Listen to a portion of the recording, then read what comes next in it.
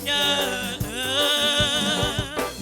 Même si les gens veulent m'abandonner, moi je n'ai rien à craindre, car tu es là. Tu m'as promis fidélité, moi je n'ai rien à craindre, car tu es là. Même si les gens veulent m'abandonner, moi je n'ai rien à craindre, car tu es là.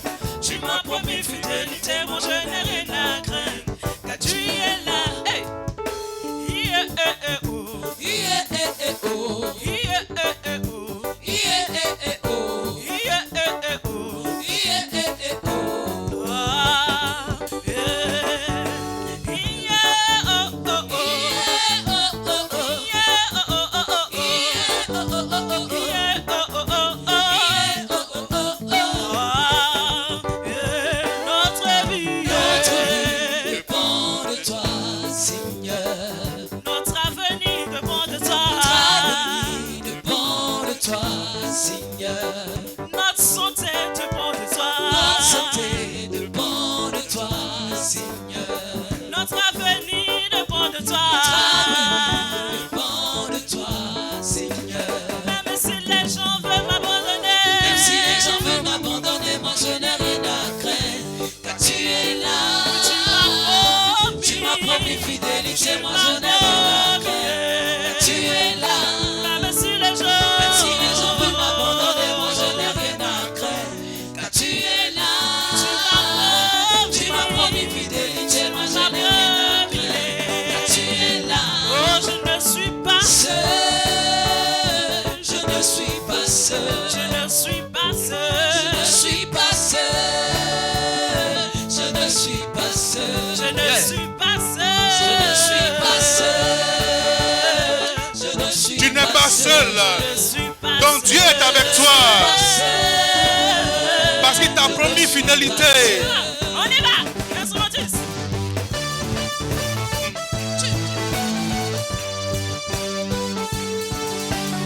Yeah. Tu n'es pas seul, bien-aimé. Car je Dieu qui entend ma voix, car je Dieu qui entend mes cris, car je Dieu qui entend ma voix, oui j'ai Dieu. Car je Dieu qui entend ma voix, car je Dieu qui entend mes cris, car je Dieu.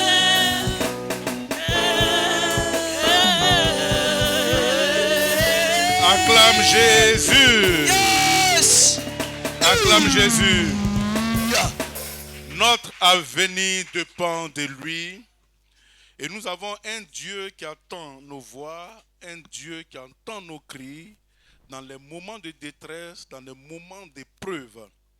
Bien-aimés frères et sœurs, ce matin encore, nous sommes dans la joie de nous retrouver dans la présence de notre Père pour l'entendre nous dire quelque chose.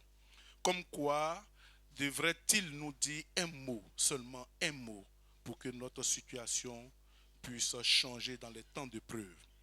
Alors, toute épreuve suscite une adoration et l'adoration nous rapproche de Dieu. Bien-aimés frères et sœurs, c'est le thème que nous sommes en train de développer depuis des dimanches en arrière pour nous donner de comprendre que lorsque Dieu a fait venir une épreuve dans nos vies, il a un seul but à atteindre, celui de nous rapprocher de lui, de ramener notre cœur à lui. En dehors de Dieu, personne ne peut nous secourir. Lorsque Dieu nous éprouve, que nous allons consulter des marabouts, des féticheurs, des mystiques et je ne sais, nous ne trouverons pas de solution. Parce que l'épreuve vient de Dieu. Dieu nous soumet à des épreuves pour nous donner de comprendre que il nous aime. Et il veut que nous puissions faire chemin avec lui. Il veut aussi que nous puissions hériter son royaume, le royaume glorieux qu'il a établi pour nous. Nous sommes ses héritiers. Alors frères et sœurs, aussi longtemps que tu ne comprendras pas et que ton cœur sera loin de Dieu, comprends que Dieu enverra des épreuves dans ta vie, juste pour te ramener à lui. Et donc l'épreuve nous soumet à une adoration et l'adoration nous rapproche de Dieu. Nous avons parcouru plusieurs versets pour donc soutenir ce thème. Et dimanche dernier, nous avons achevé l'enseignement par deux choses sur lesquelles je voudrais donc revenir comme rappel avant de continuer. Bien-aimé, devenir chrétien, c'est d'avoir fait un bon choix. D'abord, quand nous décidons de devenir chrétien, comprenons que nous avons fait un bon choix. Mais savoir pourquoi nous sommes devenus chrétiens est très important. Oui, lorsque nous faisons le choix de devenir chrétiens, il est bon que nous sachions pourquoi nous sommes devenus donc chrétiens. Et cette question donc requiert une réponse formelle que nous devons donc garder en nous. Si nous avons la réponse de la question, alors nous devons la garder dans notre cœur, jalousement. Pourquoi es-tu devenu chrétien? Si tu le sais, garde donc bien cette réponse dans ton cœur. Et la question suivante était, quel était l'objectif final de ta vie sur terre? Donc, quel est l'objectif final de ta vie sur terre? Et nous avons parcouru quelques versets du livre d'Apocalypse. Et nous avons lu Apocalypse chapitre 2, verset 7, chapitre 2, verset 10 à 11, sur lequel je voudrais précisément revenir. Apocalypse chapitre 2, verset 10 à 11. Apocalypse 2, le verset 10 à 11. Oui. Ne crains pas ce que tu vas souffrir. Ne crains pas ce que tu vas souffrir. Ne crains pas l'épreuve. Ne crains pas toute chose de ce monde que tu pourrais éventuellement vivre, qui va te donner donc de souffrir. La Bible nous dit, ne crains pas ces choses. Voici. Le diable jettera quelques-uns de vous en prison, afin que vous soyez éprouvés. Oui. Et vous aurez une tribulation de 10 jours. Oui. Sois fidèle jusqu'à la mort. La Bible nous dit, quelle que soit l'épreuve, quel que soit ce que nous pourrons endurer étant chrétiens, nous devons rester fidèles jusqu'à la mort. Et je te donnerai la couronne de vie. Celui qui a des oreilles entendre ce que l'Esprit dit aux églises. Oui. Celui qui vaincra n'aura pas à souffrir la seconde mort. Alléluia. Amen. Donc notre objectif, c'est bien ça. L'objectif final de tout chrétien, c'est d'hériter la vie éternelle. C'est d'éviter la vie éternelle. Pardon, la vie, c'est d'hériter, c'est d'hériter la vie éternelle et d'éviter la vie ténébreuse, c'est-à-dire la seconde mort. Donc notre objectif en tant que chrétien, c'est de faire en sorte qu'au soir de notre vie sur terre, nous puissions hériter la vie éternelle et d'éviter la seconde mort. Bien-aimés, raison pour laquelle Dieu nous interpelle, Dieu nous demande de tenir ferme. Même si nous devons souffrir, acceptons de souffrir. Dieu ne veut pas nous voir dans la souffrance. Mais à un moment, Dieu nous éprouve pour nous ramener à lui. Bien-aimés, plusieurs parmi nous viennent à l'église, se font appeler chrétiens, mais qui n'ont aucune intimité avec Dieu, qui sont très loin de Dieu. Dieu voyant son amour pour toi, Dieu sachant que tu es son fils, que sa fille, sera dans l'obligation de te soumettre à des épreuves. Juste pour que tu reviennes à lui. Et lorsque tu seras en train de traverser des épreuves, nul besoin de courir ça et là, parce que tu ne trouveras pas de solution. Quand Dieu se lève, personne ne peut contourner, personne ne peut prétendre trouver une solution quand Dieu éprouve quelqu'un. Il n'y a qu'en Dieu seul que nous pourrons trouver une solution. Et cette solution-là peut s'obtenir que si nous décidons de revenir à lui d'un cœur sincère. L'épreuve ne vient pas pour nous tuer. L'épreuve ne vient pas pour nous faire du mal, mais bien au contraire. L'épreuve vient pour nous aider à grandir dans la foi, pour nous aider à nous rapprocher de Dieu, pour nous aider à aimer davantage notre Dieu. Alors lisons encore Apocalypse chapitre 2, versets 25 à 26. Seulement, ce que vous avez, retenez-le jusqu'à ce que je vienne. À celui qui vaincra et qui gardera jusqu'à la fin mes œuvres, je donnerai autorité sur les nations.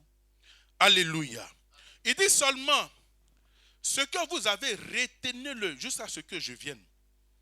À celui qui vaincra et qui gardera jusqu'à la fin mes œuvres, je donnerai autorité sur les nations.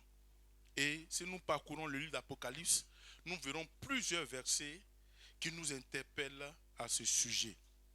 Notamment, Apocalypse chapitre 3, verset 5 à 6, Apocalypse chapitre 3, verset 12, Apocalypse chapitre 3, verset 21, Apocalypse 21, verset 6 à 7, que nous pourrons lire quand même.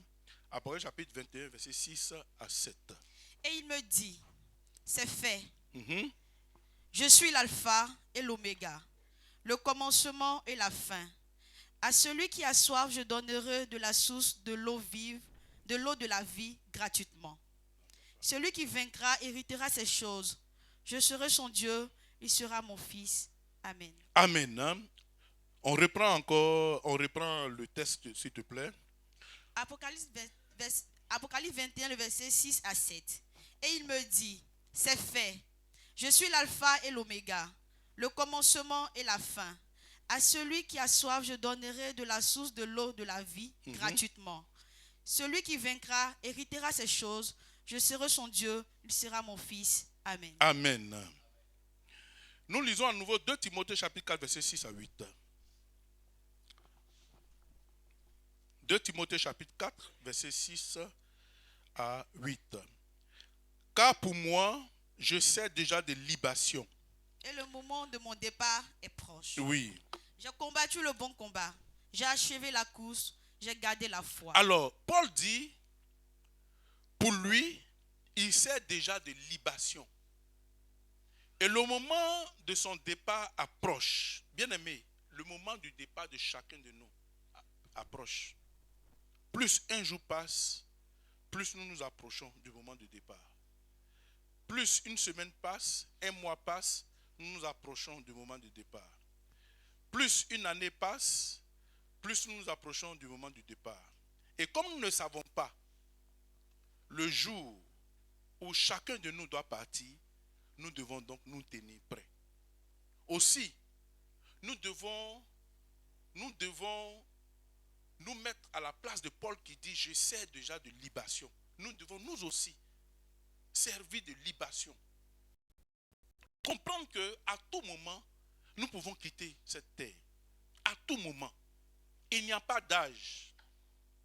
Il n'y a pas de génération. Tout le monde est appelé à partir. Qu'on soit enfant, qu'on soit jeune, qu'on soit adolescent, qu'on soit majeur, qu'on soit adulte, qu'on soit vieillard, tous, à tout moment, nous pouvons partir. Mais quand tu iras, quelle sera la couronne que tu recevras? Alors Paul a dit, j'ai combattu le bon combat, j'ai achevé la course, j'ai gardé la foi. Bien-aimé, dans l'épreuve, nous devons garder la foi. Dans l'épreuve, notre combat, ce n'est pas de nous éloigner de Dieu. La victoire dans l'épreuve, c'est de rester attaché à Dieu. La victoire que nous devons avoir dans ce monde, c'est de ne point nous éloigner de Dieu, quelle que soit la situation. Nous devons toujours garder la foi. Car le plus important pour toi, frères et sœurs, ce n'est pas d'avoir les richesses de ce monde. Il est vrai que nous avons besoin tous d'argent pour subvenir aux besoins de nos familles, pour subvenir aux besoins de l'église, pour nous faire plaisir, pour nous retrouver à des moments dans des supermarchés avec nos enfants, faire des empreintes, manger une bonne pizza, ou même offrir des billets d'avion à nos épouses, à nos enfants pour effectuer des voyages. C'est bon. Mais l'objectif, c'est quoi? L'objectif, c'est quoi? Si tu dois gagner le monde et perdre ton royaume, alors je viens te dire que tu as vécu en vain. Parce que au-delà de tout, après la mort, tu n'emporteras rien de tout ce que tu as pu avoir. C'est pourquoi tu t'es battu. Tu as livré ton âme au diable pour avoir des voitures, pour avoir de grosses maisons. Ces choses ne te suivront pas dans l'éternité. Ces choses n'iront pas avec toi.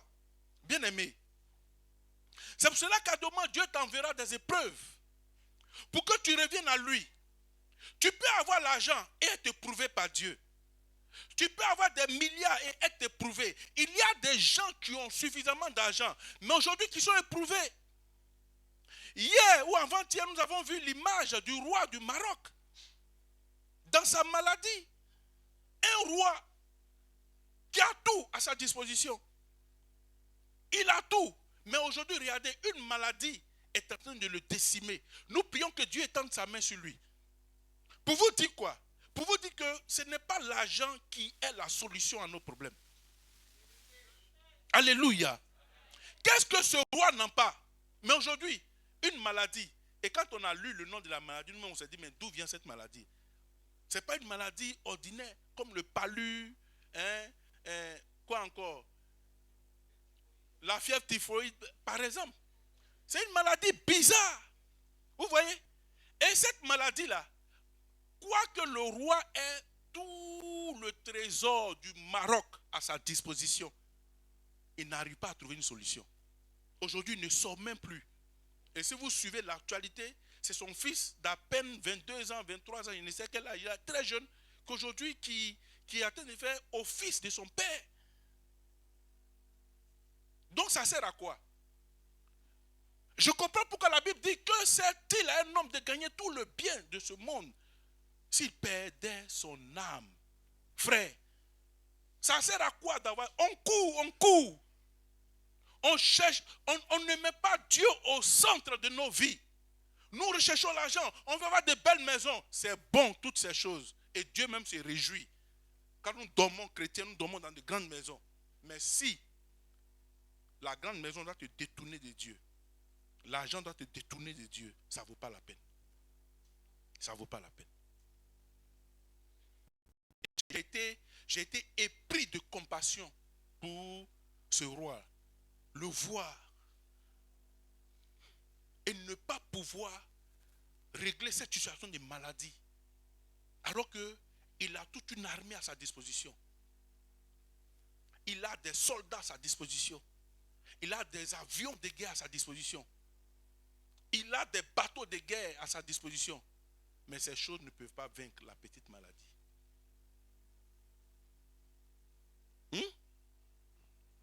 Ces choses ne peuvent pas... L'avion de guerre peut détruire tout un pays. L'avion de guerre peut détruire tout un pays. Mais l'avion de guerre n'arrive pas à détruire la petite maladie.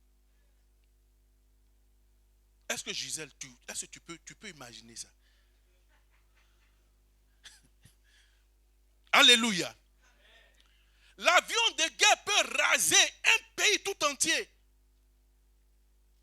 Tous les immeubles que nous voyons, un seul avion de guerre peut raser. Il bombarde, il va se recharger, il vient, il bombarde.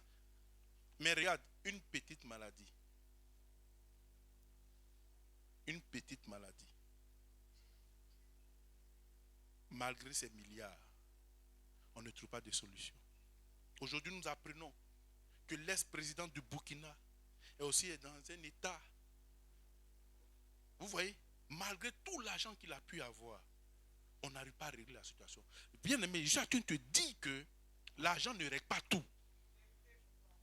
L'argent ne règle pas tout, frère. Donc, chrétien, ne voue pas ta foi à ces choses. Ces choses ne sont pas plus importantes que ton royaume que tu dois hériter.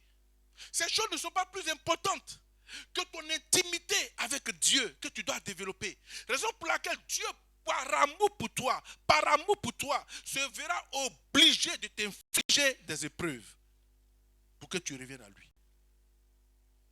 Lorsque ton argent n'aura pas d'action à mener, ton argent sera limité.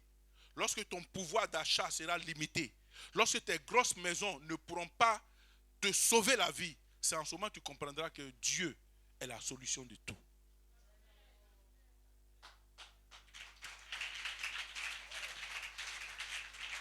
Donc pourquoi devons-nous nous détourner de Dieu? Bien-aimé, je suis en train de te dire ce matin, bénis Dieu pour ta vie. Donne-lui toute la gloire parce que Dieu t'a aimé.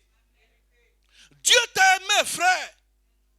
Même si aujourd'hui, tu n'as pas la richesse de cette terre, l'amour de Dieu pour toi est plus grand que la richesse de ce monde. Si tu n'as pas de grande maison dans laquelle dormir, l'amour de Dieu pour toi suffit. Raison pour laquelle Paul a prié 3 fois et Dieu lui a dit, ma grâce te suffit, frère. Ma grâce te suffit. La grâce de Dieu nous suffit. Je veux t'encourager dans tes temps de preuve à te rapprocher davantage de Dieu. Parce que la santé que tu as, il y a quelqu'un qui cherche avec tous les milliards autour de lui qui n'en a pas. Et je suis convaincu d'une chose. Aujourd'hui, ceux qui sont malades, qui ont des milliards, il y en a qui sont prêts à échanger leur santé. À prendre ta santé et toi te donner leur milliard, va être leur maladie. Alléluia. Frère, même le plus insensé, quand il se présentera devant un malade qui lui dira, je te donne mes milliards, mais donne-moi ta santé, n'acceptera jamais. Ça va servir à quoi? Ça va servir aux autres. Je suis malade, j'ai des milliards, mais les autres vont profiter. Comme la femme de Job a dit à son mari, maudit Dieu, meurt. Heureusement que Dieu avait déjà tout détruit. Sinon, je parie que cette femme aurait pu tuer même son mari pour hériter ce qu'il avait. Alors, bien-aimé, combat le bon combat. Le bon combat, c'est de tenir ferme. Même si tu penses que c'est difficile aujourd'hui et que tu n'as même pas 1 centime à des moments pour manger, rappelle-toi que Dieu prend soin de toi. Lorsque tout semble difficile, dans l'épreuve, tu cherches du travail, tu n'en trouves pas. Tu pries, tu ne vois pas la main de Dieu. Ne te dis pas que Dieu t'a abandonné. Non, Dieu ne t'a pas abandonné. C'est parce que ton cœur n'est pas encore soumis à Dieu. Bien-aimé, Dieu ne regardera pas à tes belles paroles. Hypocrite. Hypocrite. Comme un jeune homme qui priait, Seigneur, si tu me donnes 100 000, si tu me bénis, je vais prendre soin de la veuve qui est à côté, je vais m'occuper d'elle. Et Dieu l'a éprouvé. Dieu envoie 100 000, il s'est retrouvé en bas. Et quand il a fini de consommer son alcool, au moment où il doit régler la facture, les 100 000 ont disparu de sa poche. Frère, et beaucoup parmi nous sont comme ce jeune homme. Quand c'est chaud et quand nous sommes éprouvés, c'est nous qui faisons de grandes promesses à Dieu. Seigneur, si tu me bénis, si tu me donnes du travail, chaque mois, je te donnerai ma dîme. Je vais soutenir ton œuvre. Mais quand Dieu te bénit, toi, hier, tu priais ainsi. Tu te souviens? Tu te souviens? Quand tu étais à l'autre débat et que tu priais, tu as fait des promesses à Dieu. Quand Dieu t'a béni, tu n'as jamais été régulier dans ta dîme. Tu as donné que la dîme 1 ou 2 fois.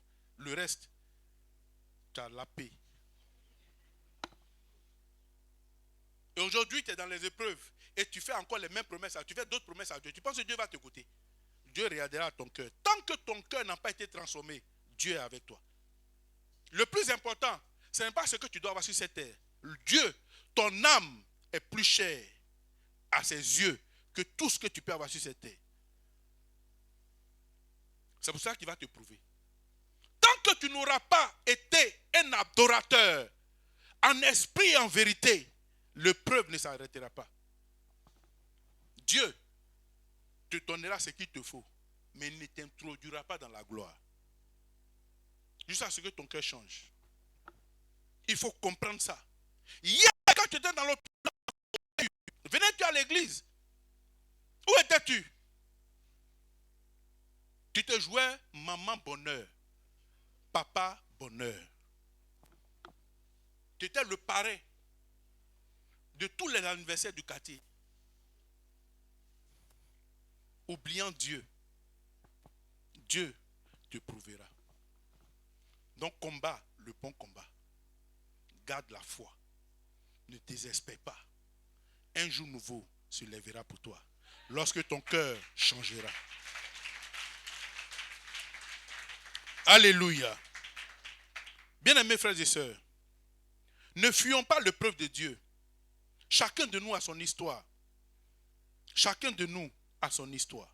Alors on continue au verset 8 de 2 Timothée chapitre 4. Désormais, la couronne de justice m'est réservée.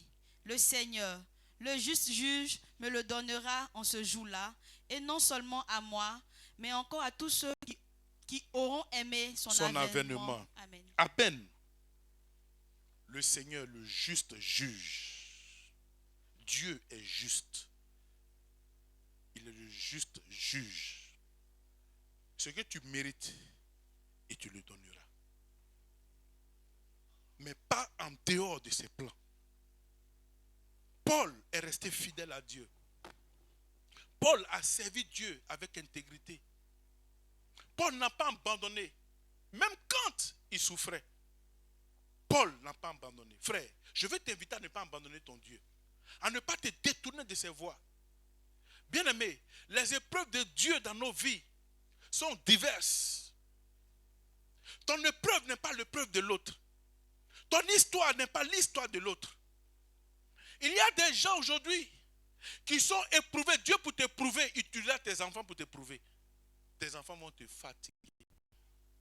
Fatiguer. Donc il a dit, ouais. Dieu va les utiliser pour t'éprouver. Vas-tu abandonner? Il y en a, ça sera le travail. Il y a certaines sœurs, ça sera l'enfantement. L'épreuve dans la stérilité. Souvenez-vous de Anne. Anne a été éprouvée. Et la Bible dit que c'est Dieu lui-même qui rend Anne stérile. Anne a été éprouvée pendant combien de temps? Chaque fois que Anne montait à Silo, elle pleurait. Jusqu'à ce qu'elle comprenne, jusqu'à ce que son cœur change. Parce que Anne avait un cœur. Dans son cœur, elle pensait se venger de Pénina. Tant que Anne priait pour avoir un enfant, c'était pour montrer à Pénina qu'elle aussi pouvait faire un enfant. Mais le jour où Anne a compris que il ne faut pas élever un cœur orgueilleux et qu'il faut se soumettre à la volonté de Dieu. Et que Anne a dit, Seigneur, si tu me donnes un enfant, c'est pour te servir. Dieu s'est levé. Tant que tu vas dans l'épreuve, tu demanderas une bénédiction à Dieu pour narguer les autres. Dieu ne te bénira pas. Tu ne travailles pas aujourd'hui, les gens se moquent dans ta maison. On se moque de toi. On te traite de tout et de rien. Et toi, dans ton cœur, tu dis quoi? Hey, le jour où Dieu va me bénir, ils vont voir. Frère, la bénédiction ne viendra pas. C'est une mauvaise prière. Moquez-vous de moi. Mais mon tour arrive. Je crois en Dieu. Seigneur, tu les entends? Chaque jour, on se moque de moi. Et puis Dieu acclame. Dieu dit, j'endurcis encore le cœur. Mais quand Dieu va me bénir, vous allez voir ce que je vais vous montrer. Frère, Dieu ne te bénira pas. Si la bénédiction de Dieu doit servir d'orgueil dans ton cœur, Dieu ne te bénira pas. Dieu te prouve pour que ton cœur soit soumis, pour que ton cœur descende, pour que tu reconnaisses que tu n'es rien en dehors de lui. Et que quand Dieu sera en train de te bénir, l'amour de Dieu puisse encore remplir ton cœur. Et même ceux qui t'ont méprisé, tu puisses leur témoigner ton amour. Ainsi, Dieu se lèvera pour toi. Sache-le et comprends-le. Lisons Philippiens chapitre 4, verset 12 à 13. Je sais vivre dans l'humiliation et je sais vivre dans l'abondance. Tu sais vivre dans l'humiliation? Je te pose la question. Paul dit, je sais vivre dans l'humiliation et je sais vivre dans l'abondance. Et toi? Comment vis-tu dans l'humiliation?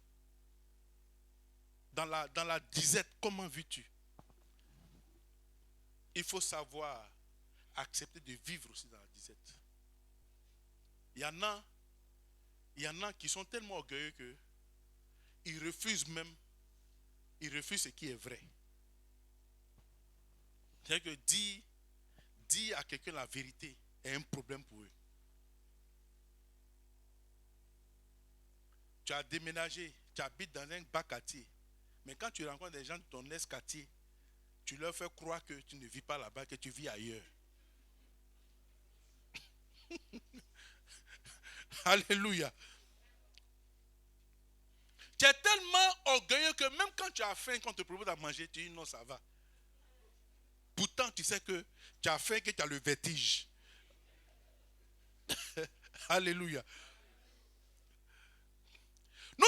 Dieu nous éprouve pour nous donner de savoir vivre dans l'humiliation et dans l'abondance. C'est-à-dire que nous devons rester pareils. Nous devons rester idem à nous-mêmes. Que Dieu nous bénisse, ça ne va pas nous changer. Que Dieu nous éprouve, ça ne va pas nous changer. Nous devons rester toujours des chrétiens.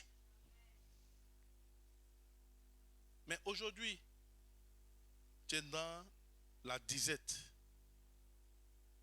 Tu es humble. On peut te parler. Tu prends le temps d'écouter. Mais quand Dieu sera en train de te bénir demain, comment vas-tu te comporter? Aujourd'hui, il y a des gens à qui on ne peut pas parler. Mais hier, qui étaient des personnes humbles, qui étaient serviables, même qui étaient toujours dans l'église, essuyant l'église. Mais aujourd'hui, ils n'ont plus le temps pour essuyer l'église. Sache vivre dans la disette et sache aussi vivre dans l'abondance. Le point commun, c'est quoi? Reste égal à toi-même. C'est ça l'objectif de Dieu. Il ne faudrait pas que la bénédiction de Dieu te pète. Il ne faudrait pas que la bénédiction de Dieu te rende arrogant, orgueilleux, mal poli. Ton cœur doit être soumis à Dieu. C'est pour ça que Dieu prendra le temps de te prouver. Bien-aimé, les bijoux que nous portons, l'or que nous portons, l'or ne vient pas directement de la boue et que le bijoutier le prenne et qu'il travaille. Non, l'or passe par le feu. Pour que tu puisses voir le bijou beau que tu aimes tant, ce bijou est passé quelque part. Ce bijou-là a traversé le feu, a connu la fournaise. Et c'est comme ça que Dieu veut de toi. Dieu veut te faire passer par le feu, par l'épreuve, de sorte que demain, tu seras vu. Et qu'au travers de toi, Dieu soit vu. Donc, acceptons l'épreuve. Ne fuis pas. Alors, Paul dit, je sais vivre dans l'humiliation et je sais vivre dans l'abondance. Et en tout et partout, j'ai appris à être rassasié et à avoir faim. En tout et partout, j'ai appris à être rassasié et à avoir faim. J'ai appris à être rassasié et j'ai aussi appris à avoir faim. Tout ça pourquoi? Pour glorifier Dieu. Pour glorifier Dieu. Mais lorsque tu as faim, comment te comportes-tu? Tu es prête à te livrer au premier venu parce que tu as faim. Lorsque tu as faim, mon frère, tu veux même être petit pompier de quelqu'un. Juste pour manger. Non, ne fuis pas l'épreuve. Ne fuis pas. Ne fuis pas l'épreuve. Acceptons de traverser l'épreuve. Bénissons Dieu lorsque nous traversons un moment difficile. Bénissons Dieu parce que Dieu connaît notre cœur. Dieu prendra le temps de nous bâtir jusqu'à ce qu'il obtienne le résultat. Ainsi, il pourra nous ouvrir les portes. Il n'y a rien que Dieu ne puisse faire dans nos vies. Mais sauf que nous avons un problème. Aussi longtemps que Dieu regardera à ton intérieur encore des taches d'orgueil, des hommes d'orgueil, Dieu te soumettra toujours aux épreuves. Aujourd'hui, on peut voir le pasteur Loukou dans son désert. Mais demain, quand Dieu sera en train de le lever, qu'est-ce qu'il deviendra? Quand il dit, c'est mon père, je l'aime. Mais demain, je me pose la question, quand Dieu sera en train de le lever, il pourra encore dire, c'est mon père, je l'aime. Ah! Vous voyez? C'est ça. Il y a des gens qui ont dit, oh, dans les galères, oh Seigneur, je t'aime, Seigneur, je t'aime, Seigneur, je ne t'abandonnerai pas. Mais quand Dieu a ouvert une porte,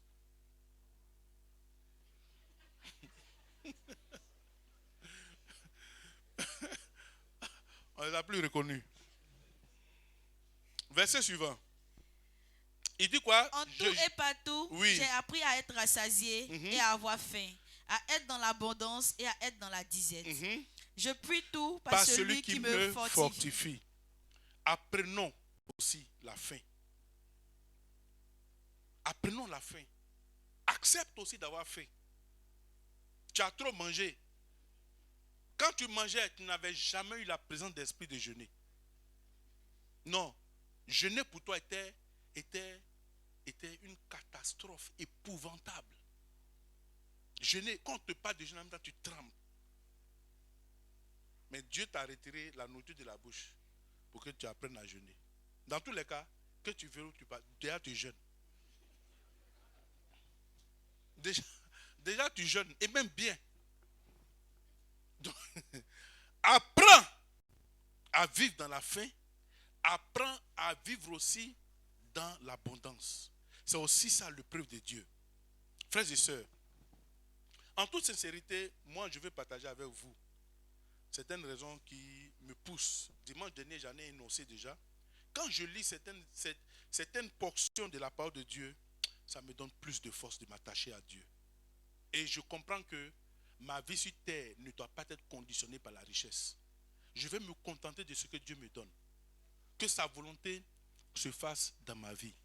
Si Dieu décide de m'enrichir, qu'il m'enrichisse. Mais une chose est certaine, je veux et je prie que ça ne change pas parce que l'homme reste homme. L'homme reste homme. Il y a des gens hier qui étaient très humbles, très courtois, effacés, discrets, craignant Dieu. Mais aujourd'hui, pour une fenêtre que Dieu a ouverte, l'orgueil a rempli les cœurs. Ils ne raisonnent plus. Ils n'ont plus la crainte de Dieu. Et ça peut aussi être mon cas. Raison pour laquelle je demande à Dieu, jour après jour, de m'aider. De continuer. Tant qu'il estime que j'ai encore de l'orgueil en moi, qu'il ne m'ouvre pas une porte de gloire. Qu'il continue de me bâtir. Parce que le plus important pour moi, ce n'est pas de faire plaisir aux hommes. Ce n'est pas de montrer aux hommes que je suis un homme de Dieu béni. Ce n'est pas ça le plus important. Après tout ça, il y a ma vie céleste qui m'importe, qui est plus important. Et je prie que Seigneur, tu m'aides. Tu m'aides. Si tu vois en moi quelque chose qui doit me perdre, ne permets pas que je sois élevé. Ne permets pas, Seigneur. Garde-moi tel que je suis. Tu me connais mieux que quiconque. Tu me connais mieux que moi-même. Si dans mon cœur, tu vois qu'en me bénissant, ça doit me perdre, ne me bénis pas. Laisse-moi tel que je suis. Laisse-moi tel que je suis. Je ne vais pas perdre mon salut parce que je vais plaire à quelqu'un. Je ne vais pas perdre mon salut parce que je vais offrir du luxe. Le luxe à ma famille, à mon épouse et à mes enfants. Non, Père, ne permets pas ça. Si tu dois te bénir, rassure-toi qu'en moi, il n'y a rien qui puisse m'éloigner de toi. Je dois rester tel que je suis. Tel que je suis aujourd'hui, je veux rester tel que je suis. Je ne veux pas être le pasteur qui, avant de me voir, il faut passer par les pasteurs assistants, pasteur protocole, pasteur directeur, je ne sais pas, passer par le secrétariat. Avant de te voir, même la personne est fatiguée. Je veux rester tel que je suis. Je veux rester tel que je suis. Que je sois dans l'opulence. Ou tel que je suis, je veux rester idem. Et c'est ma prière. Seigneur, change mon cœur. Je ne suis pas parfait. Donc enlève en moi tout ce qui est imperfection. Tout ce qui peut m'éloigner de toi. Bâtis-moi. Continue de me bâtir. Si ça doit me prendre 5 ans encore, je préfère être bâti pendant 5 ans encore. Je ne veux pas perdre mon salut. Alléluia. Demande à Dieu cette prière. Demande à Dieu cette prière. Salomon a dit à Dieu, donne-moi un cœur sage et l'intelligence pour conduire mon peuple. Mais quand Dieu l'a béni, Salomon est devenu quoi entre les mains de Dieu? Un dévergondé. Un homme à femme. Il a eu plus de femmes que jamais. Il a eu plus de femmes que personne d'autre dans la Bible et dans notre temps. 1000 femmes lui seul. Salomon s'arrangeait comment? Il faisait comment? 1000 femmes. Salomon. Même 3 par jour. Un homme normal, même, c'est déjà trop.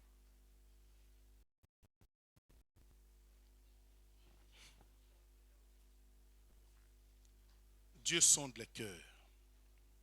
Donc frère, quand Dieu est en train de te prouver, ne te plains pas. Dieu sait pourquoi.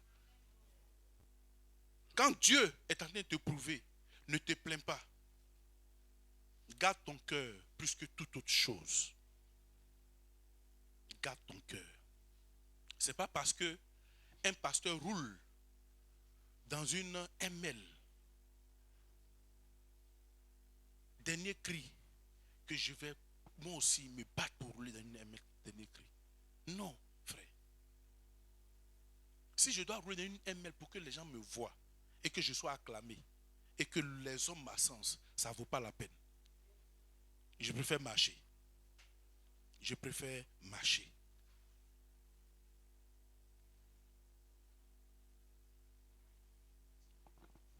Alléluia. Donc quand je lis par exemple 1 Jean chapitre 2 verset 1b. 1 Jean chapitre 2 verset 1b. Et si quelqu'un a péché, nous avons un avocat auprès du Père, Jésus-Christ le juste. Quand je lis ça, je dis mais j'ai un avocat. Même quand je pêche, Jésus-Christ prend soin de moi. Donc pourquoi me détacher de lui? L'argent ne peut pas plaider pour moi. Les voitures ne peuvent pas plaider auprès de Dieu pour moi. Les grosses maisons ne pourront pas parler à ma faveur auprès de Dieu pour moi. Mais si j'ai un avocat, Jésus-Christ le juste, qui plaide pour moi lorsque je pêche, vous êtes d'accord avec moi que tous autant que nous sommes, nous péchons, jour après jour, d'une manière ou d'une autre. Aujourd'hui, malheureusement, certains chrétiens ont circonscrit le péché qu'au sexe. Non, il n'y a pas que le sexe qui constitue un péché. Il n'y a pas que les rapports sexuels en dehors du mariage, les rapports sexuels illégaux qui constituent un péché. Même quand tu regardes une femme et que tu la convoites dans ton cœur, tu as déjà commis le péché. C'est ce que Jésus dit. Quand tu mens, c'est un péché. Quand tu critiques, c'est un péché. Quand tu lognes quelqu'un, c'est un péché.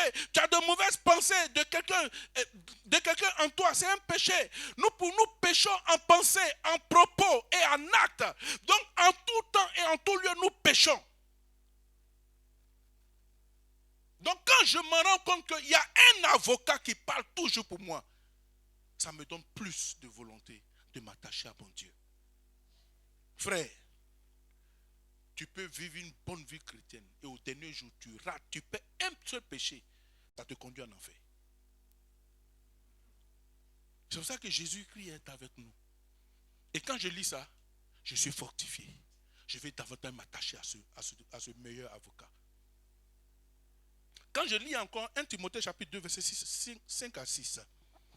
1 Timothée chapitre 2 verset 5 à 6. Car il y a un seul Dieu et aussi un seul médiateur entre Dieu et les hommes, Jésus-Christ homme. Il y a un seul Dieu, un seul médiateur. Il n'y a pas deux dieux. Aujourd'hui, il y a des gens qui se disent chrétiens qui ont deux dieux. Il y a des gens qui se disent chrétiens qui adorent des statues qu'ils appellent Dieu, qui considèrent les statues plus que Jésus-Christ. Frère, j'ai un seul Dieu. J'ai aussi un médiateur entre Dieu et moi, qui parle à ma faveur, qui plaide ma cause. Donc je préfère m'attacher à ce Dieu. Je ne peux pas me détacher de lui. Et encore, quand je lis Ésaïe 53, verset 1 à 5. Ésaïe 53, verset 1 à 5. Qui a cru en ce qui nous était annoncé, qui a reconnu le bras de l'Éternel. Oui. Il s'est levé devant lui comme une faible plante, comme un rejeton qui sort d'une terre desséchée. Il n'avait ni beauté ni éclat pour attirer nos regards, et son aspect n'avait rien pour nous plaire. Pourquoi son aspect n'avait rien pour nous plaire? Il n'avait ni beauté ni éclat. Est-ce que quand Jésus naissait, Jésus n'avait pas de beauté? Jésus n'avait pas d'éclat? La Bible le qualifie de bel homme. Il n'y a pas de semblable à la personne de Jésus. Mais la Bible nous dit qu'il n'avait ni beauté. Mais qu'est-ce qui a constitué ça? Ce sont mes péchés qu'il a portés. C'est à cause de moi que Jésus-Christ a perdu sa beauté. À cause de moi, Jésus-Christ a perdu son éclat. À cause de moi, il a été flagellé. À cause de mes péchés, il a porté la laideur de mes péchés. Et il m'a donné sa beauté. Il a porté le poids de mes péchés. Et il m'a rendu léger. Le châtiment qui me donne la paix est tombé sur lui. Par ses maîtrisures, j'ai été délivré. Moi qui étais dans la prison satanique, moi qui étais sujet aux œuvres des ténèbres, moi qui étais dans la captivité, ce Dieu m'a libéré. Il m'a sorti de la prison. Il s'est fait pécheur pour me justifier. Il est mort pour que je puisse vivre. Quand je lis ces choses, ça me donne encore plus de volonté à le servir. Frère, quand je lis ces choses et que ces choses pénètrent mon cœur, je me dis que je ne mérite même pas porter une cravate. Je ne mérite même pas porter une chaussure. S'il faut que je le serve, même en culotte, je le ferai. Il mérite ces choses. Et ces choses m'encouragent, m'aident. Je ne vois pas la richesse. Je ne viens pas prêcher parce que je dois avoir de l'argent. On ne vient pas prêcher pour avoir de l'argent. Je ne viens pas prêcher parce que je dois avoir une voiture. Je ne suis pas venu prêcher pour avoir... Je suis venu prêcher parce qu'il y a un homme que j'annonce dans mes prédications qui a payé le prix pour que moi je sois libre. Donc si je suis libre et que je dois le servir, je le servirai. Je le servirai, frère. Si tu ne dois pas manger et que le nom de Dieu soit glorifié dans ta vie, alors sois heureux.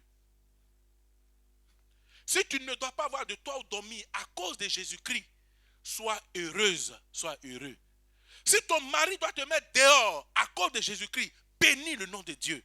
Ton mari ne pourra pas payer le prix pour toi. Ton mari ne pourra pas payer le prix à la croix. Ton mari ne pourra pas parler pour toi devant le trône de Dieu pour te justifier. Alors si Jésus-Christ est ton avocat, s'il est le médiateur, pourquoi dois-tu te sentir malheureuse ou malheureux? Il a été méprisé et abandonné.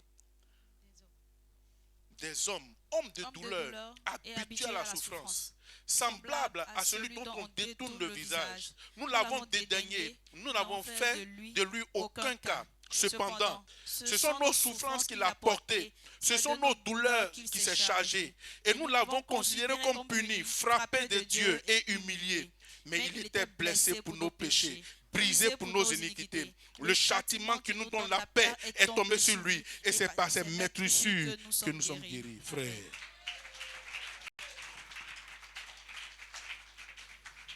Quand je lis ça, l'amour de Dieu est trop grand pour moi. Un roi qui a quitté son trône, même pas un trône des hommes, un trône céleste. Il vient pour toi et pour moi. Qu'est-ce qui ne doit pas t'encourager à t'attacher à lui? Même dans l'épreuve. Qu'est-ce qui peut t'éloigner? Qui peut nous éloigner de l'amour de Dieu? Qui? Qu'est-ce qui peut nous éloigner de l'amour? Est-ce la faim? Est-ce l'angoisse? C'est quoi, l'argent? Non, rien ne doit t'éloigner de l'amour de ton Dieu. Parce que Jésus-Christ a tout payé. Frère, tes milliards ne peuvent pas te sauver de la prison démoniaque. Il y a des gens qui ont des milliards mais qui n'arrivent pas à dormir. Hey. Ils n'arrivent pas à dormir, on les poursuit seulement. On les poursuit. On les poursuit. Tes milliards ne peuvent pas régler tes problèmes spirituels, frère. Mais Jésus-Christ a tout réglé pour toi. Donc dans l'épreuve, adore-le. Même si tu penses que ça ne marche pas, tes activités ne roulent pas, tes activités ne tournent pas comme toi tu le veux, bénis Dieu. Bénis Dieu. Même si tu n'as rien à manger, bénis Dieu. Dis-lui, Seigneur, je te rends grâce. Oh, ma soeur, je vais encore te rendre le témoignage d'une soeur qui avait son père qui était l'un des hommes forts de la nation. Et quand son père est décédé, leur vie a commencé à se dégrader. La pauvreté a commencé à gagner. Cette sœur dormait dans une grande maison. Mais cette sœur n'avait pas d'argent. Elle n'avait plus d'argent. Elle était criblée de dettes. Mais dans l'épreuve, elle a rencontré Jésus-Christ. Et la joie, sa joie est remontée parce que le meilleur procureur de joie et d'assurance est entré dans sa vie. Elle ne pleurait plus. Cette sœur qui pleurait les nuits, cette sœur qui faisait une dépression parce qu'elle n'arrivait pas à dormir, pendant des nuits, elle ne dormait pas. Cette sœur qui s'est retrouvée au centre des fous à Pégerville pour quelques jours. Cette sœur à qui on a fait des injections de médicaments pour qu'elle dorme et qu'elle retrouve la stabilité de son cerveau. Cette sœur a rencontré Christ et la paix est revenue dans son cœur. Dans l'épreuve, elle était heureuse. Quoique elle n'avait rien, dormant dans une grosse maison vide, pas d'argent, pas de mari, pas d'enfant, rien, seule dans sa galère. Mais elle est restée fidèle à son Jésus. Jusqu'à ce qu'un jour, elle rencontre ce jeune homme. Ce jeune homme, au guine déchiré, avec des sandales.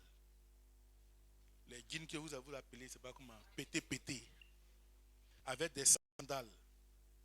Et ce jeune homme va lui témoigner ses sentiments, va lui exprimer ses sentiments. Et cette sœur va décider de faire chemin. Elle va commencer à cheminer dans la crainte du Seigneur. Pas les sœurs que quand aujourd'hui on rencontre, c'est comme si on te salue en même temps. La chose, non. Dès qu'on te salue, dès que c'est fait. Alléluia. Et cette sœur va cheminer avec ce jeune homme pendant plusieurs mois, jusqu'au jour où le jeune homme va lui dire, suivez bien, le jeune homme toujours dans ses sandales, il venait voir la sœur chez elle. Souvent il vient, il a un billet de 2000, il dit bon j'ai bien de tiens 1000 francs, je prends 1000 francs. Et il se met comme ça. Et un jour, il va dire à la sœur que j'ai parlé de toi à mes parents. Et j'ai décidé de t'épouser. Mais mon père veut bien venir chez toi. Et la condition qu'il a, la seule chose qu'il a demandé, est-ce que ma future belle-fille s'est préparée? Donc je voudrais venir manger sa nourriture. Et la sœur accepta. La date du rendez-vous a été fixée. La date et l'heure. Suivez bien.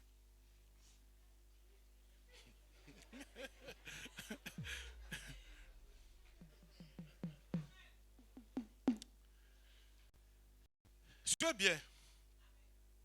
Et c'est après ces jours-là que la sœur, un jour, va découvrir par sa camarade, par son ami, que l'homme qui la fréquente depuis n'était pas un pauvre.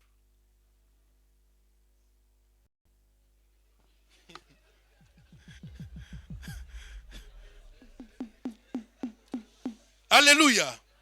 Frère, dans l'épreuve, fléchis genoux. Dieu a un plan merveilleux pour toi. Son ami, sa soeur dans la foi, va lui dire, j'ai vu cet homme avec toi. Qui il est pour toi? Elle dit, non, c'est mon cheminat. Elle dit, est-ce que tu sais à qui tu as fait? Elle dit, non. Il s'est présenté à moi comme quelqu'un de... Elle dit, non. Voilà ce que son papa est. Il est de telle famille. Et elle ressort les photos du jeune homme dans une autre dimension. En ce moment, la sœur commence à prendre conscience que l'homme qui arrive là, ce n'est pas un enfant.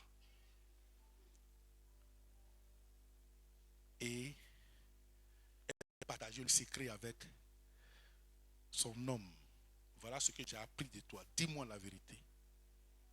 Et il dira effectivement, ce qu'on t'a dit est vrai. Je suis de telle famille, mon papa est ceci, ma maman est cela. Mais je voulais une femme qui avait la crainte de Dieu. Je voulais me faire passer pour celui qui n'en a pas. De sorte que quand elle entre dans ma maison, elle ne soit pas intéressée par l'argent. J'ai vu en toi une femme sincère. Maintenant, mon papa arrive. Le jour où le père devait arriver, la soeur n'a pas demandé 1 centime au jeune. Qu'est-ce qu'elle a fait? Elle a fait exercice de foi. Elle a fait son exercice de foi. Elle a dressé sa table. Elle a mis les couverts. Elle n'avait même pas un billet de 1000 francs. Un billet de 1000 francs pour faire le marché. Mais elle a compté sur son Dieu dans l'épreuve. Elle a dressé. Les couverts n'ont pas été aisés. Donc, il y avait, vous savez, elle a tout mis. Et qu'est-ce qu'elle va faire? Elle va se mettre à la table. Elle va dire, Seigneur, je te rends grâce pour cette nourriture. Suivez bien. Je te rends grâce pour cette nourriture. Donne-nous de la prendre avec action de grâce. Au nom de Jésus. Amen. En tant que quand tu réagis là-dedans, il n'y a que les couverts et les cuillères. Le père devait venir à 12h30. À 12h15, on sonne à son portail. Elle va être le voisine. Hey, voisine. Ta fille que tu aimes tant, c'est son anniversaire aujourd'hui. Donc on a prévu ta part. Et puis la nourriture entre. La nourriture entre. Alléluia. Gloire à Dieu. Il dit, la nourriture entre.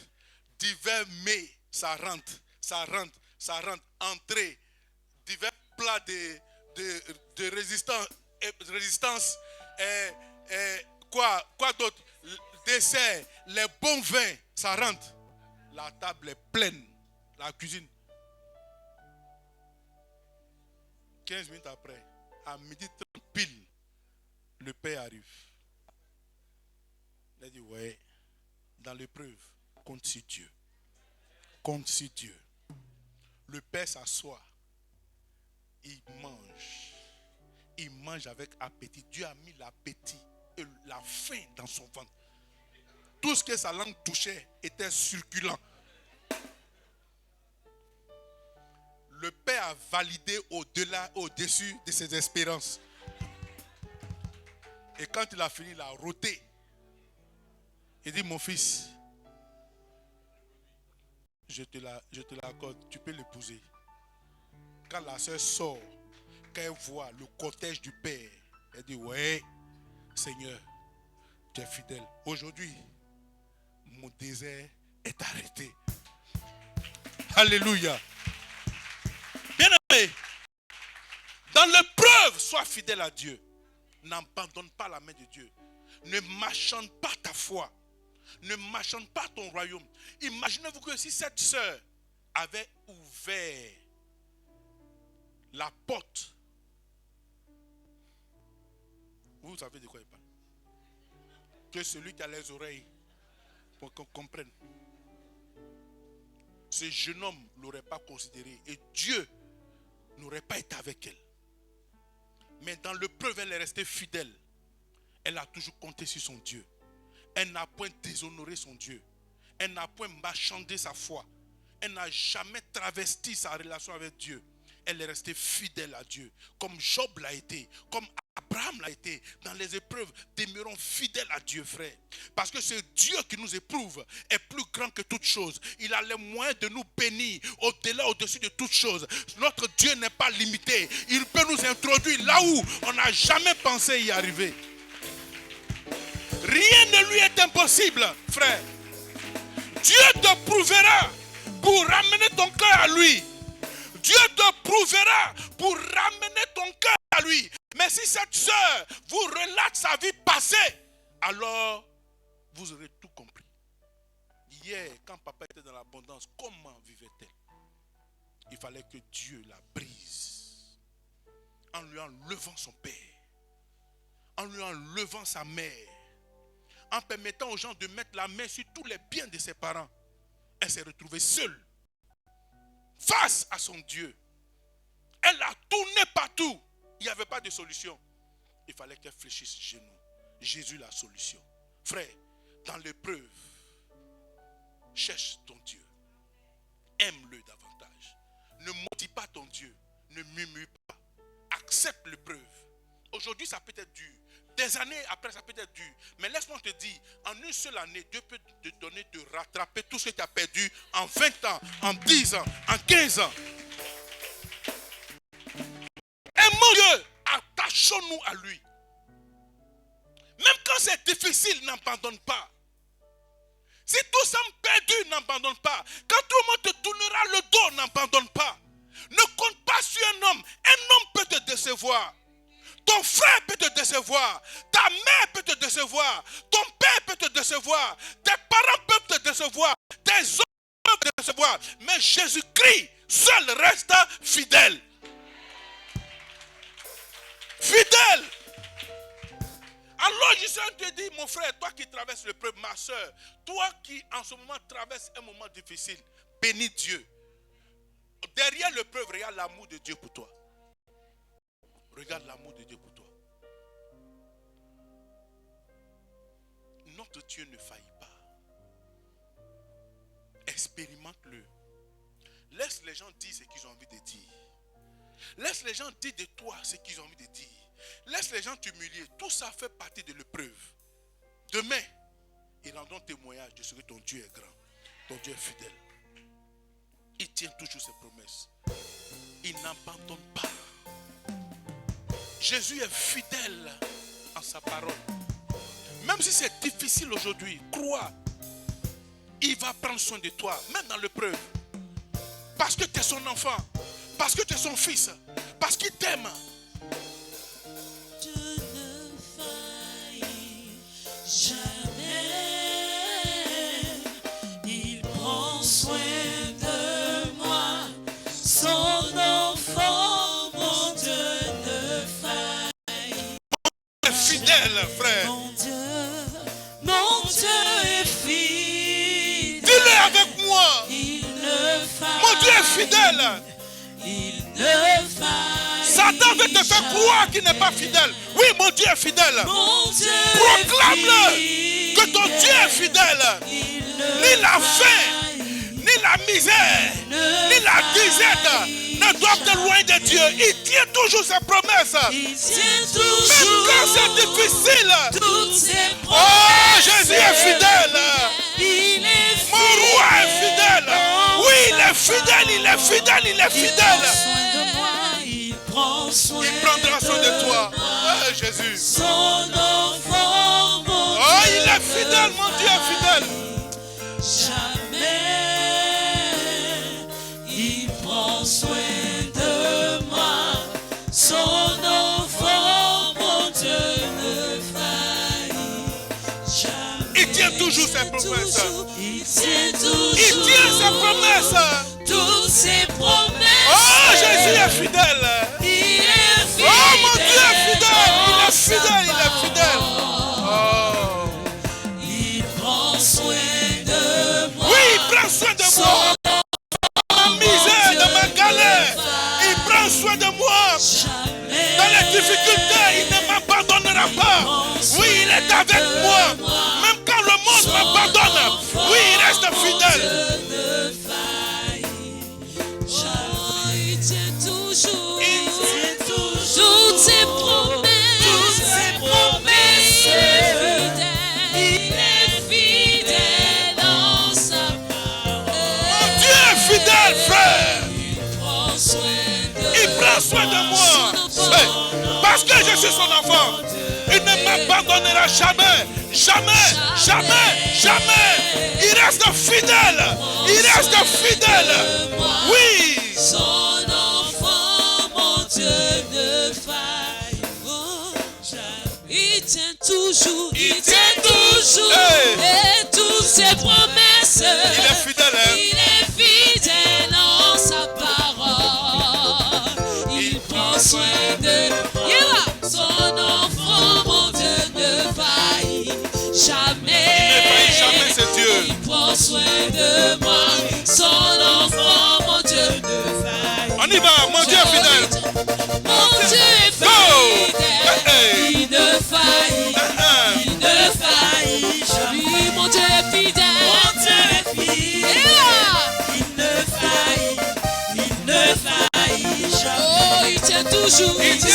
toujours toutes ses promesses.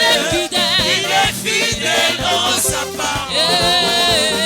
Il prend soin de moi, son enfant, mon Dieu ne faillit jamais. Il prend soin de moi, son enfant, mon Dieu ne faillit jamais. Il tient toujours toutes ses promesses. Il est fidèle dans sa parole. Il prend soin de moi, son enfant, mon Dieu ne faillit jamais. Il prend soin de moi, son enfant, mon Dieu ne faillit jamais. Il tient toujours toutes ses promesses. Il est fidèle dans sa parole. Il prend soin de moi, Jésus est bon, son enfant, mon Dieu ne faillit jamais. Il prend soin de moi, son enfant, mon Dieu ne faillit. Il tient toujours ses promesses. Il est fidèle dans sa parole. Il prend soin de moi, son enfant, mon Dieu ne faillit jamais. Il prend soin de moi, son enfant, mon Dieu ne faillit. Alléluia. Il tient toujours Bien aimé, ses promesses. je viens encore te dire une chose. Fidèle dans sa parole. Je viens encore te dire une chose ce matin. Dans le parcours de tout chrétien, il pourra avoir des moments très sombres où tu pourras te retrouver dans des situations où la main de Dieu semble perdue, semble s'éloigner de toi. Mais je viens te dire une chose, Dieu ne t'a pas abandonné. Dans ton parcours sur la terre, tu auras des moments difficiles, des moments de traversée des déserts. Tu buteras sur la mer Rouge. Mais laisse-moi te dire, derrière la mer Rouge, derrière le désert, il y a Canaan qui t'attend. Il y a la terre où coule le lait et le miel. C'est pour ça que je vais te dire, dans mon parcours sur la terre, tout peut sombrer. Dans mon parcours sur la terre, tout peut sombrer. Dans ma marche pour le ciel, tout peut sombrer. Si la peur met des doutes sur ma route,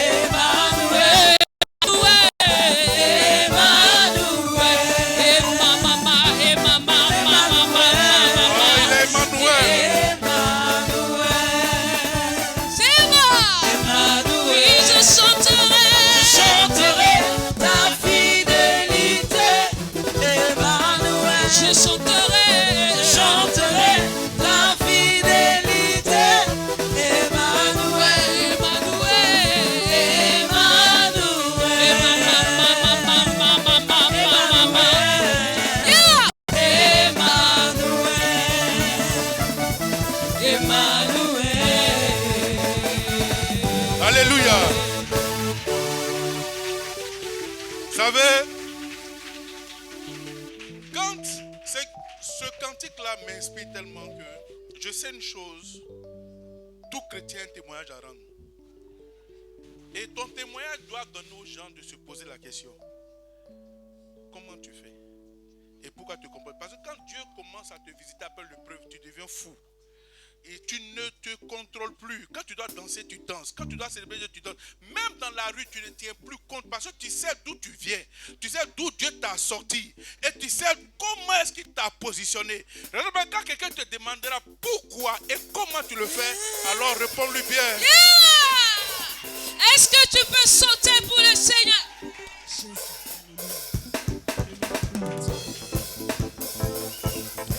Yeah!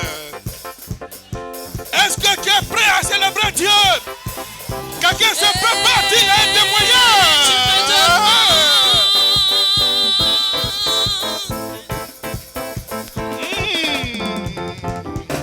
Tu me demandes pourquoi j'aime le louer. Oui, pourquoi j'aime louer ce Dieu? Je lève les mains. Pourquoi je lève les mains pour l'adorer? Juste pour le magnifier. Oh, je veux Mais tu peux pas comprendre ce que Dieu a fait pour moi. Si je te l'expliquais, tu verras qu'il mérite que je vienne le louer. Tu me demandes Pourquoi me demandes-tu? pourquoi j'aime le louer. Pourquoi dois-je louer ce Dieu? Pourquoi je lève les mains. Je vais lever les mains pour l'adorer. Pour le magnifier. Oui, tu connais les mots. Mais tu peux pas comprendre ce que Dieu a fait. Ce que Dieu a fait pour moi. Si je te l'expliquais, tu verras qu'il mérite que je vienne le louer. Alléluia. Alléluia. Sautez, sautez, sautez. On bouge pour le Seigneur.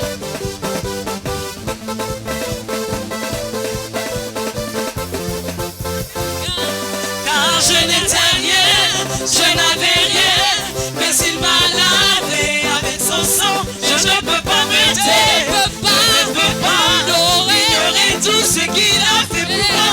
Car il y a un feu qui brûle en moi pour Dieu. Je sens brûler ce feu qui brûle en moi pour Dieu. Je ne peux pas ignorer ce feu qui brûle en moi pour Dieu. Je sens brûler ce feu qui brûle en moi pour Dieu. Alléluia. Sautez, sautez, sautez, sautez. Est-ce que tu peux trembler pour le Seigneur?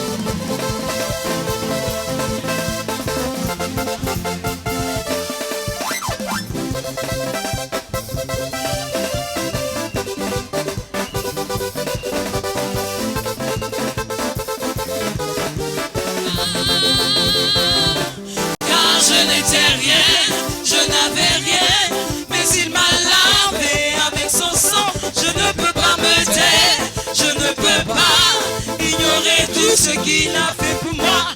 Car il y a un feu qui brûle en moi pour Dieu. Je sens brûler ce feu qui brûle en moi pour Dieu. Je ne peux pas ignorer ce feu qui brûle en moi pour Dieu. Je sens brûler ce feu qui brûle en moi pour Dieu. Alléluia. Alléluia. Asseyons-nous s'il vous plaît.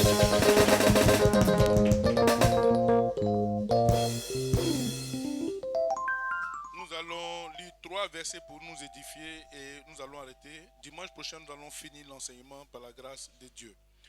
Lisons à présent, mais bien avant, bien-aimés, sachant que l'épreuve ou l'affliction révèle la valeur de notre foi en Dieu. Lisons donc 1 Pierre, chapitre 1, verset 6 à 7. 1 Pierre, chapitre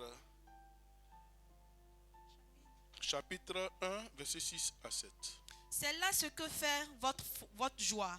Quoique maintenant puisqu'il le faut, vous soyez attristés pour un peu de temps par diverses épreuves, afin que l'épreuve de votre foi, plus que précieuse que l'or périssable, ce qui cependant est éprouvé par le feu, qui est cependant éprouvé par le feu, est pour résultat la louange, Oui. la gloire et l'honneur lorsque Jésus apparaîtra. Alléluia. Vous voyez?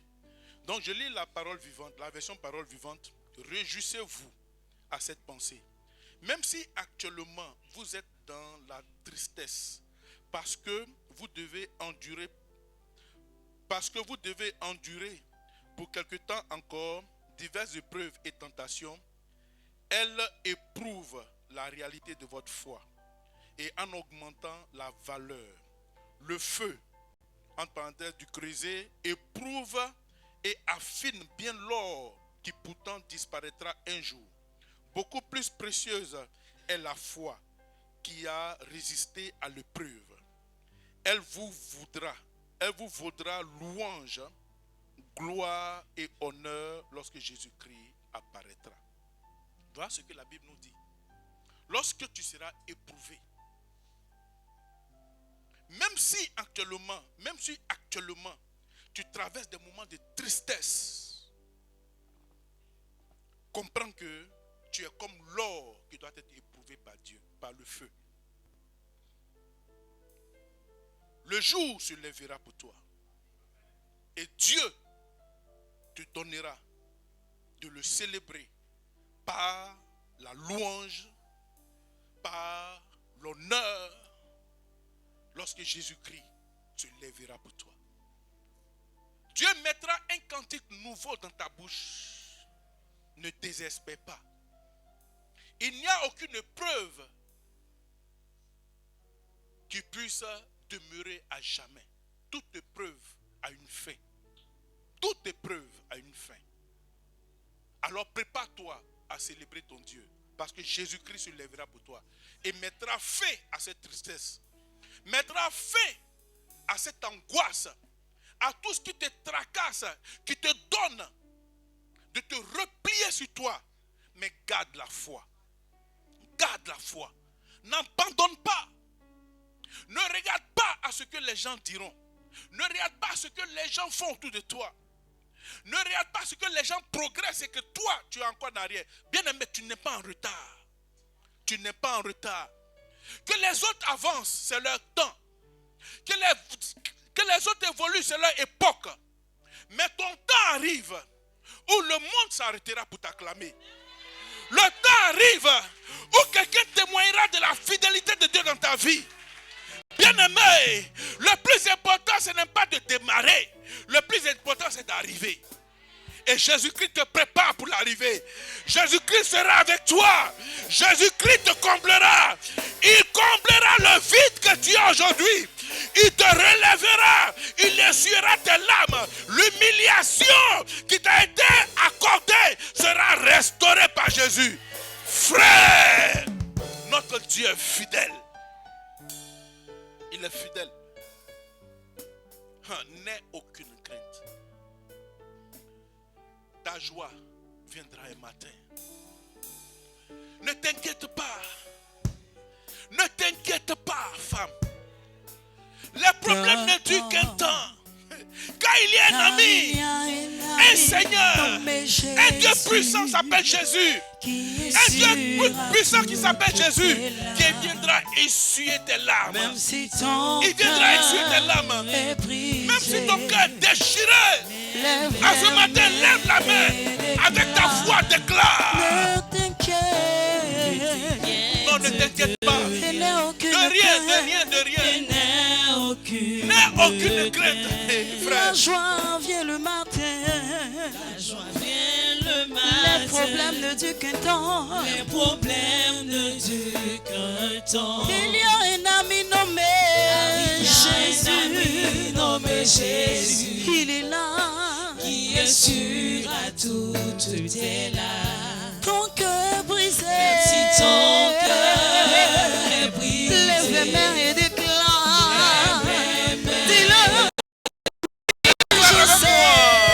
Je sais que j'aurai réussi. Je sais que je résisterai. Quel que soit ce qui arrivera. Quel que soit ce qui arrivera.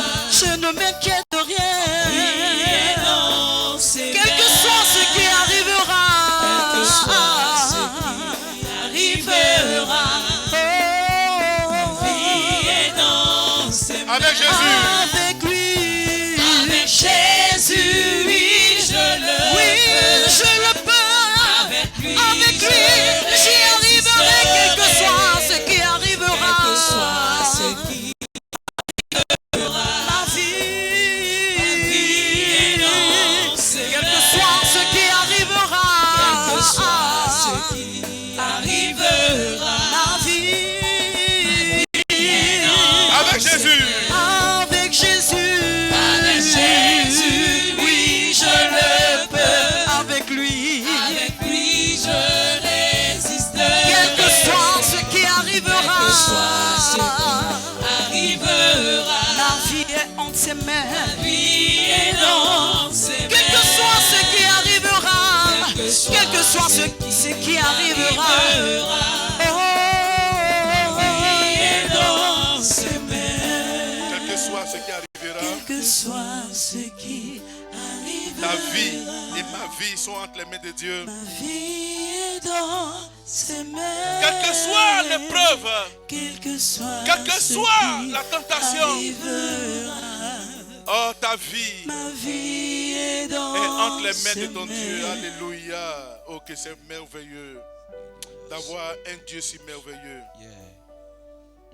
Quel que soit ce qui peut arriver, Dieu ne t'abandonnera pas. Dieu sera avec toi.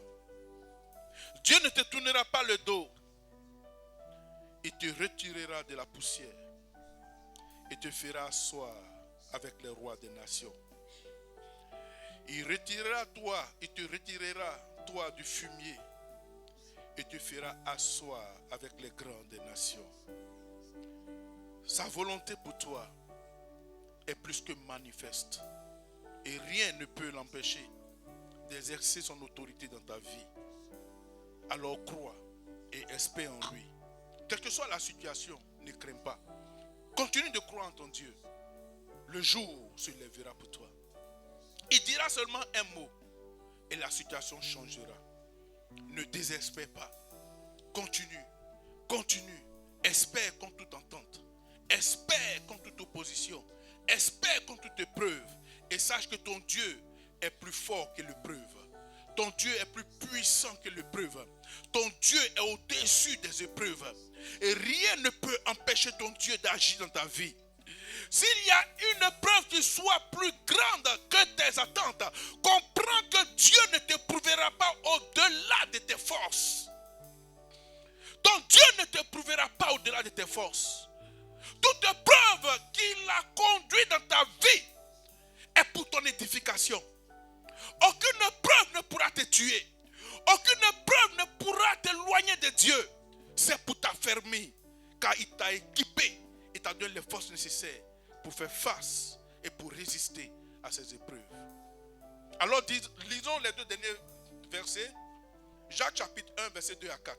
Mes frères, Oui. regardez comme un sujet de joie complète les diverses épreuves auxquelles vous pouvez être Regardez exposés. comme un sujet de joie complète les diverses épreuves auxquelles vous pouvez être exposés. Sois dans la joie lorsque tu es dans l'épreuve.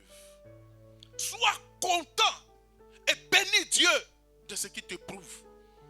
Et la Bible nous dit, mes frères, regardez comme un sujet de joie complète les diverses épreuves auxquelles vous pouvez être exposés. Oui. Sachant que l'épreuve de votre foi produit la patience. Mais il faut que la patience accomplisse parfaitement son œuvre, afin que vous soyez parfaits et accomplis sans faillir en rien. Si quelqu'un d'entre vous manque de sagesse, qu'il la demande à Dieu, qui donne à tous simplement, sans reproche, et elle lui sera accordée. Alléluia. J'ai lu la version parole vivante. Mes frères, réjouissez-vous lorsque vous passez par toutes sortes d'épreuves ou de tentations. Estimez-vous heureux elles sont pour vous l'occasion d'accéder à la joie parfaite. Verset 3. Vous savez bien que si votre foi est mise à l'épreuve, et si elle tient bon, elle développera votre endurance. Verset 4. Mais pour que vous parveniez à une pleine maturité spirituelle, il faut que l'épreuve achève son œuvre sans que votre constante se relâche. Que votre patience se manifeste dans toute votre conduite et s'accompagne d'actes parfaits. Ainsi, vous serez plein de force. Au bout, vous deviendrez irréprochable et il ne vous manquera rien. La parole de Dieu est tellement claire. Donc comprenons que toute épreuve vient pour nous aider à acquérir la maturité spirituelle. C'est pour ça que nous devons prendre toute épreuve avec joie. Ne nous lamentons pas. Ne nous faisons pas passer pour les malheureux.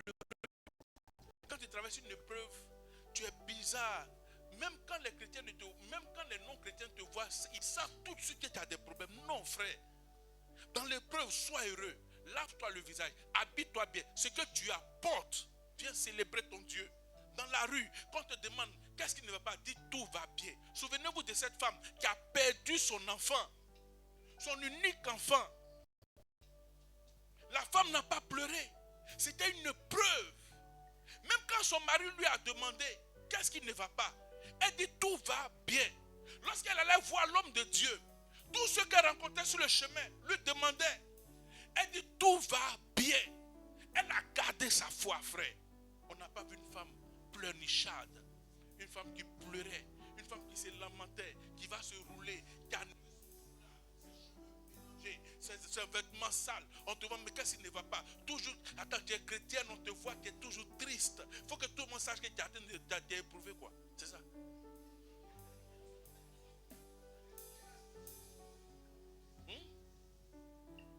Tu viens à l'église, tu es triste. Tu sors de l'église, tu es triste. C'est que toi, ta joie se retrouve dans la bouche des mondains. C'est qu'ils vont te dire, c'est qui va te faire rire. Mais quand tu viens dans l'église, tu es triste. Non. C'est qu'un homme du monde va te dire qu'il va te donner la joie. Il ne peut pas régler ton problème. C'est pour cela que quand tu viens, quand tu es éprouvé, dis merci à Dieu. Viens le célébrer. Danse. Celui qui te connaît, quand on te regarde, mais attends, elle m'a menti. Elle m'a menti parce que quand je regarde dans sa vie à la maison, et quand elle est en joie comme ça, il y a quelque chose qui ne va pas.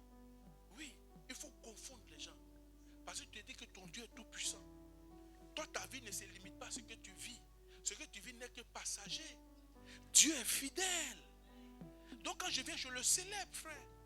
Même quand je n'ai rien à manger, je le célèbre. Je suis dans la joie. Il ne faudrait pas qu'on sache que j'ai un problème. Même si à la maison, je n'ai rien à manger. Je prends la nourriture, je rends grâce. Je prends l'assiette vide, je rends grâce à Dieu. Je sais qu'il va m'en donner. Aïe. Aïe.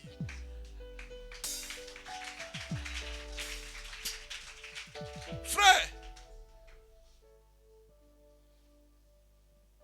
ne vous amusez pas avec Dieu. Hein? Dieu est pouvoir. Si les oiseaux mangent, c'est que j'ai mangé. Non, moi je ne m'inquiète pas pour ça. Si l'oiseau mange, c'est que moi il mange. Parce que l'oiseau n'a pas été créé à la ressemblance, à l'image de Dieu. C'est moi qui ai été créé à l'image à son. Donc, si un oiseau mange, je vais manger. Si un oiseau dort, je vais dormir. Si un oiseau à maison, moi j'aurai villa. Ah! Et toi aussi. Bien aimé, ne nous plantons pas. Ton épreuve dure parce que tu ne crois pas en ton Dieu, tu n'as pas la foi. Frère, tu n'as pas la foi. Ton épreuve ça dure parce que tu n'as pas la foi. C'est dans l'épreuve que tu dois avoir la foi. Ce n'est pas quand tout va bien que tu auras la foi. C'est dans l'épreuve que ta foi se bâtit. Et quand tout va bien, ta foi augmente. Non, ne pleure plus. Ne pleure plus. Tous tes habits que tu as rangés, ressors-les. Repasse-les. Hein? Le jour où Dieu t'a béni 1000 francs, il y a parfum 1000 francs, tu payes, tu mets un peu. Même si tu sais que l'auteur la passe un coup, ce n'est pas grave. Au moins, Au moins, quelqu'un a senti. Et tu vas voir ce que Dieu va te faire. Que Dieu nous bénisse abondamment. On va s'arrêter là pour aujourd'hui par la grâce de Dieu. Alléluia. Que Dieu soit béni. Je veux vraiment t'encourager. Prochainement, à partir d'aujourd'hui, si je te vois venir à l'église avec une mine bizarre, je vais t'interpeller. Il a dit, il y a quoi? Il y a quoi? Fais quoi?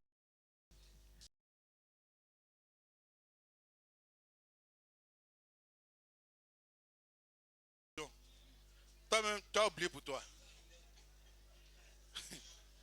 Hein? On t'explique. Le gars, quand il vient de t'expliquer pour lui, toi-même, tu pleures à sa place. Oh. Tu n'as rien. Tu n'as rien, tu as 1000 francs. Tu sais que les 1000 francs, tu as mangé 500 midi, 500 le soir. Et puis demain, tu mourras. Mais, pendant que tu as tes 1000 francs dans la poche, quelqu'un vient, quand il finit de t'expliquer sa situation, toi, tu enlèves tes 1000 francs, tu lui donnes. Tu dis, tu as les 1000 francs, mais donne-moi 200. Et au moins, il y a pas pour prendre souffle avec. Alléluia. Dieu est bon. Dieu est trop bon.